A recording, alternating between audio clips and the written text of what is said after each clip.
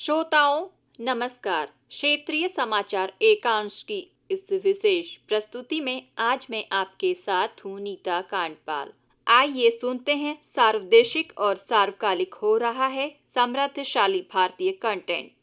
2020 में रामायण के पुनः प्रसारण ने इसे वैश्विक स्तर पर सबसे अधिक देखा जाने वाला मनोरंजन कार्यक्रम के तौर पर स्थापित कर विश्व रिकॉर्ड बनाया। रामायण की लोकप्रियता ने लोकप्रिय टीवी श्रृंखला गेम ऑफ थ्रोन्स और बिग बैंग थ्योरी के अंतिम एपिसोड के रिकॉर्ड व्यूअरशिप को भी पीछे छोड़ दिया था।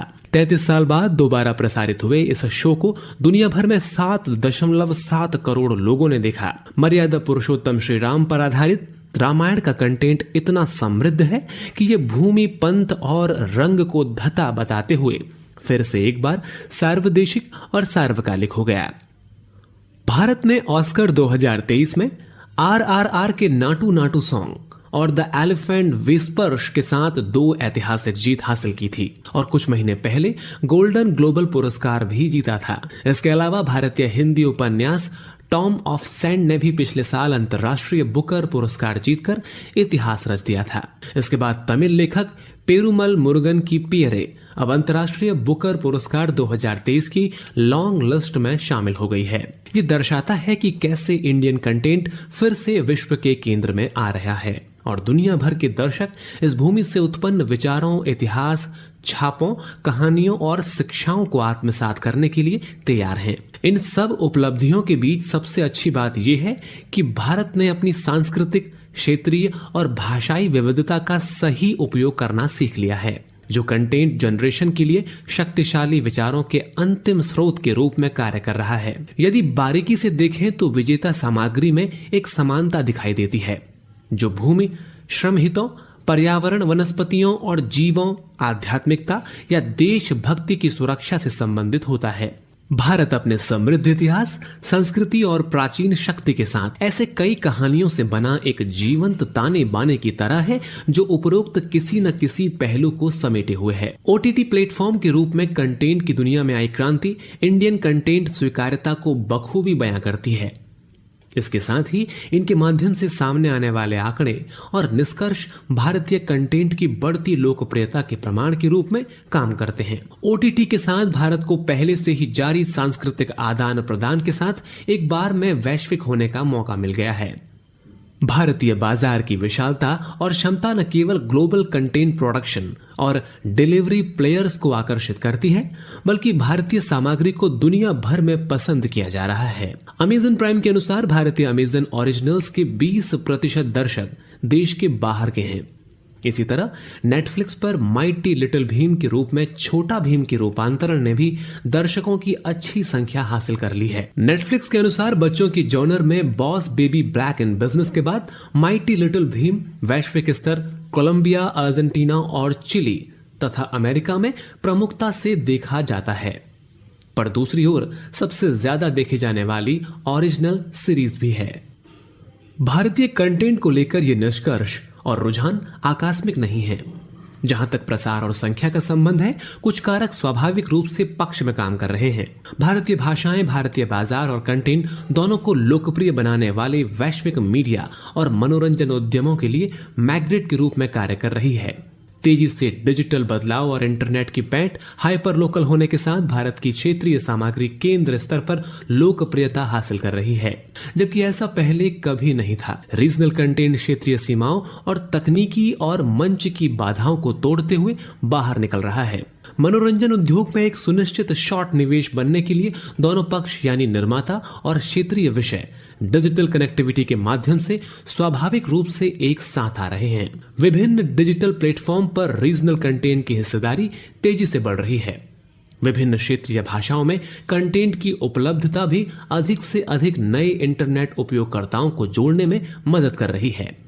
ये चलन भारतीय डबिंग उद्योग को भी बढ़ावा दे रहा है, जो भारत को वैश्विक मनोरंजन बाजार के केंद्र में ला सकता है।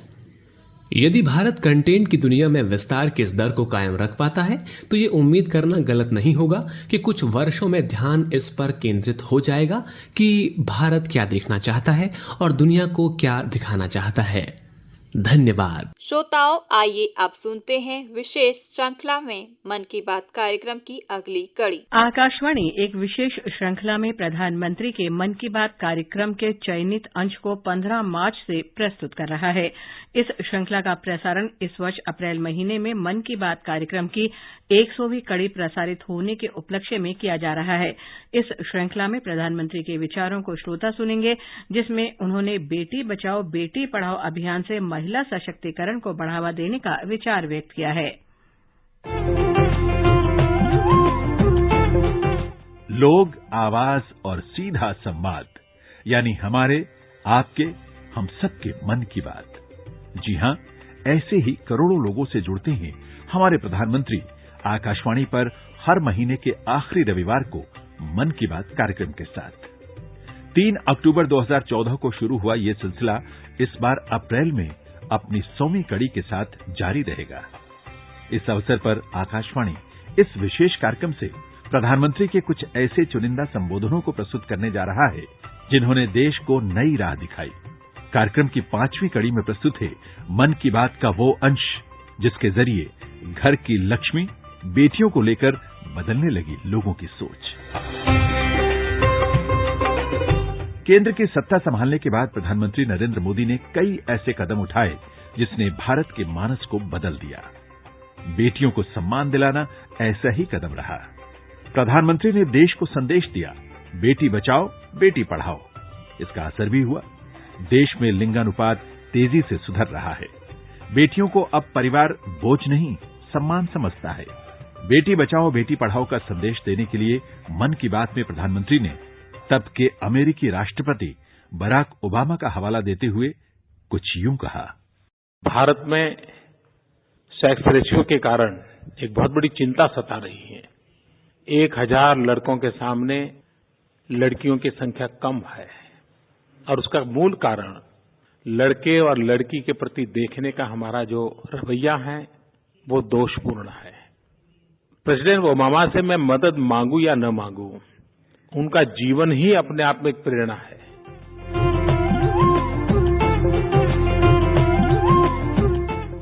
श्रोताओं, हरिद्वार में आयुर्वेदिक विश्वविद्यालय और दीनदयाल कामधेनु गौशाला समिति के संयुक्त तत्वाधान में अंतर्राष्ट्रीय पशु चिकित्सा एवं आयुर्वेदिक गोष्ठी का आयोजन किया गया। इसमें केंद्रीय राज्य मंत्री संजीव बालियान ने भाग लिया। 3 दिवसीय संगोष्ठी में पशु चिकित्सा के क्षेत्र में आयुर्वेद के महत्व के बारे में प्रकाश डाला जाएगा और देश भर के वैज्ञानिक इस संबंध में अपने शोध एवं विचार प्रकट करेंगे। केंद्रीय पशुधन राज्य मंत्री संजीव बालियान ने कहा कि इस प्रकार की संगोष्ठी एक शुरुआत है।